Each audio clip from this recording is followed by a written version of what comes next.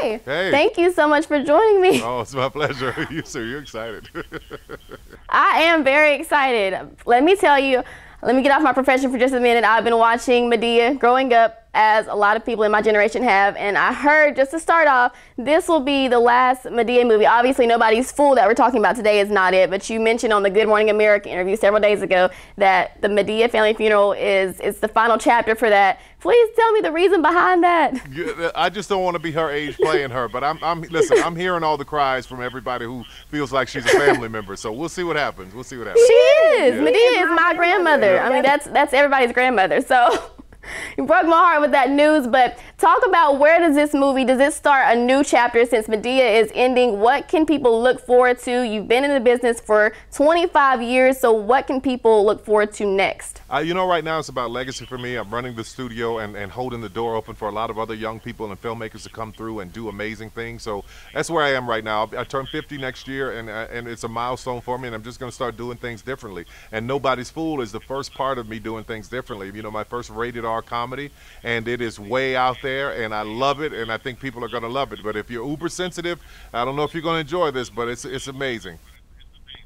And talk about an all-star lineup. I mean, Whoopi Goldberg, Omari Hardwick, Tika Sumpter, Tiffany Haddish. Now, what prompted you, whenever you were writing the script for this particular movie, did you already have the characters in mind of who were going to play these roles, or what inspired you? I wrote it for Tiffany in particular, and it's easy for me to write for Tiffany because all I have to do is write for Madea if she was 30 years old.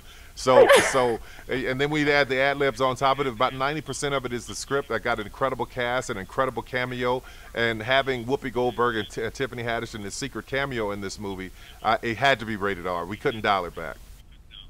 Okay. And what do you think people are going to get out of this? Usually, taking it back to the Madea movies, there's always a message, within the movie. And this particular movie is about, an inmate coming home, thinking that her sister's getting catfished. What message do you hope that people take away after seeing this movie? This movie has such a great message, and it's Nobody's Fool. It also could have been called Nobody's Perfect, because that's what it's about, letting people know that you're not going to get all you want, but if you get 80% of what you got enough to marry.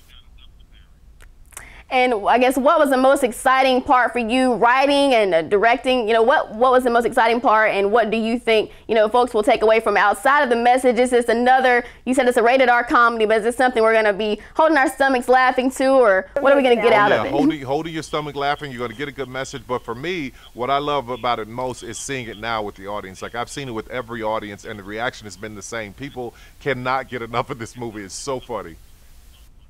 Okay. And what do you look for whenever you, start writing?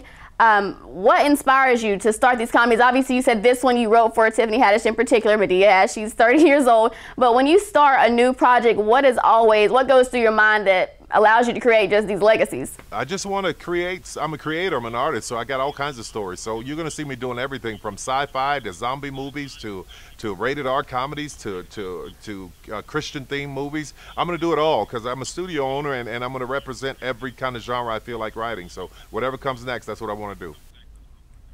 And speaking of that, you have opened the door for a lot of people, and for the aspiring actresses out there who, want to get into this industry, what message would you have to them, and what do you look for when they come onto your studios and they're trying to get these roles? What do they have to do? What is the secret they need? That they were born in the best time, because, when I was coming up, we didn't have the Instagram, Facebook, and all those other things. So I found some great talent on Instagram. So I tell people, even one or two that are in this movie, Nobody's Fool. So I tell people all the time, if you've got the talent, put it out there on Instagram, let people see what you can do, and you'll be surprised. You may get a call.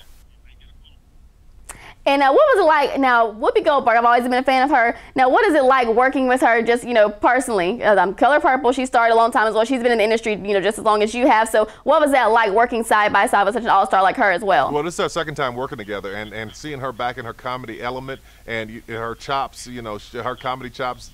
I mean, Whoopi is amazing. She's got every award there is, and she deserves it because she's so incredible. Okay. Well, for people who've already, seen the preview, can you give us a little bit of a sneak peek, something that folks maybe are not expecting? They know it's a comedy, but is there anything that folks may not be expecting when they go see Nobody's Fool that's really just going to be like, wow, I wasn't expecting that from Tyler Perry. This is something different. Can you give us a little bit of a tease without giving too much away? It's just way different from anything that I've done because the comedy is so over the top. I mean, it's so over the top funny. And I'm telling you, that cameo, when he shows up on screen, everybody loses it. You keep mentioning that. You're going to make me keep asking about it and keep trying to pull away. I know you're not going to give it up. You got to go see it. I'm going to go see it, but I got to get a tease. That's right. That's it. That's all I'm giving you. All right. Well, I know you said, you hope to keep opening doors for people, but, just a quick question. I want to go back to the GMA interview. You said you see yourself in 25 years just relaxing, cooling out. How do you think you will grow over the next 25 years? Old. But my focus is going to be good answer. My focus is going to be making my son the best man that he can be over these years and imparting everything I know in him. So that's where my focus is now.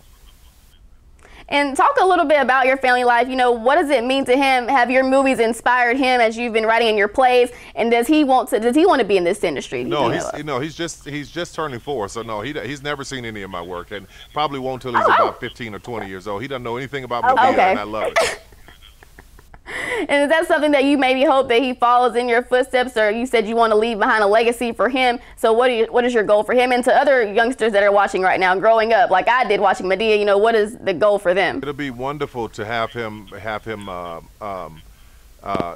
take over the studio and run this, and it would be incredible. But I'm going to have him live his own life and do what he wants to do. And I got to tell you, I really appreciate talking to you. They're telling me we got the next interview that's going live. We're trying to stay on schedule. All right. Okay. Well, thank you so much, Ms. Perry. I really appreciate it. Great questions. I'll talk to you soon. Thank you.